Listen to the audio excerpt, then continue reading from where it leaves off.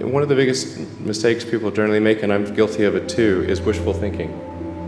You want something to be true, even if it isn't true. And so you ignore the things that, you ignore the real truth because of what you want to be true. I think when I was, 5 or 6 or something, I thought I was insane because it was clear that other people did not, their mind wasn't exploding with ideas. What was your biggest failure and how did it change you? Well, there's a ton of failures along the way, that's for sure. As I said, for SpaceX, the first 3 launches failed. And we actually were just barely able to scrape together enough parts and money to do the 4th launch. If that 4th launch had failed, we would have been dead. So multiple failures along the way. I tried very hard to get the right expertise in for SpaceX.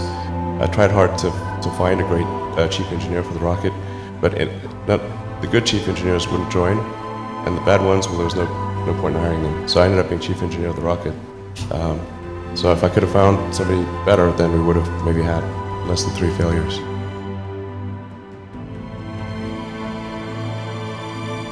People who've been in the rocketry business for decades, who say about you that you don't know what you don't know. But when critics say you can't do this, your answer to them is, we've done it. You know, there are American heroes who don't like this idea. Neil Armstrong, Gene Cernan have both testified against commercial spaceflight and the way that you're developing it, and I wonder what you think of that.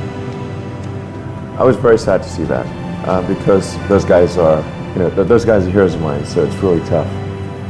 I wish they would come and visit and see the hardware that we're doing here. And I think that would change their mind.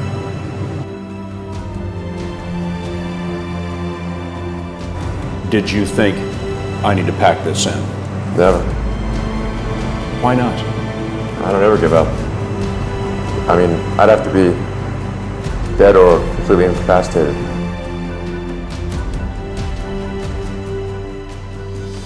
Work like hell. I mean, you just have to put in, 80 to 100 hour weeks every week. All those things improve the odds of success. I mean, if other people are putting in 40-hour work weeks and you're putting in 100-hour work weeks, then even if you're doing the same thing, you know that you will achieve in 4 months what it takes them a year to achieve.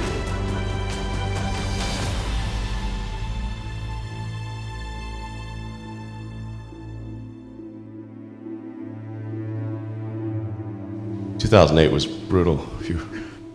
2008 we had the 3rd consecutive failure of the Falcon 1 rocket for SpaceX.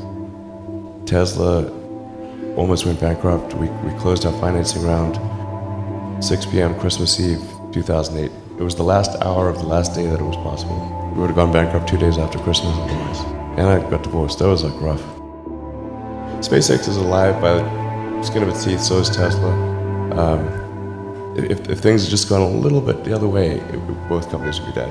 And one of the most difficult choices I have ever faced in life was in 2008. I think I had maybe $30 million left, or $30 or $40 million left in 2008. And I had 2 choices. I could put it all into one company, and then the other company would definitely die, or split it between the 2 companies. But if I split it between the 2 companies, then both might die. And when you put your blood, sweat, and tears into creating something, or building something, it's like a child. And so it's like, which one am I going to let one starve to death? I couldn't bring myself to do it, so I split the money between the 2. Fortunately, thank goodness, they both came through. Like, there have to be reasons that you get up in the morning and you want to live.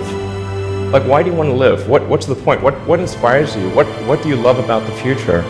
And if we're not out there, if the future does not include being out there among the stars and being a multi-planet species, I find that it's incredibly depressing if that's not the future that we're going to have.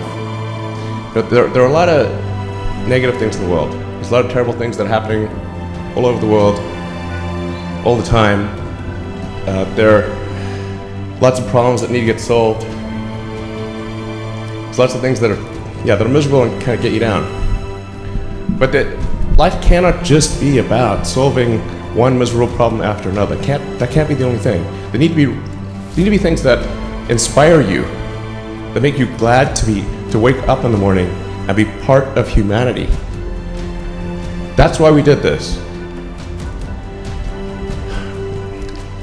This guy called Tsiolkovsky, one of the early Russian rocket scientists, the great saying, "Earth is the cradle of humanity, but you cannot stay in the cradle forever."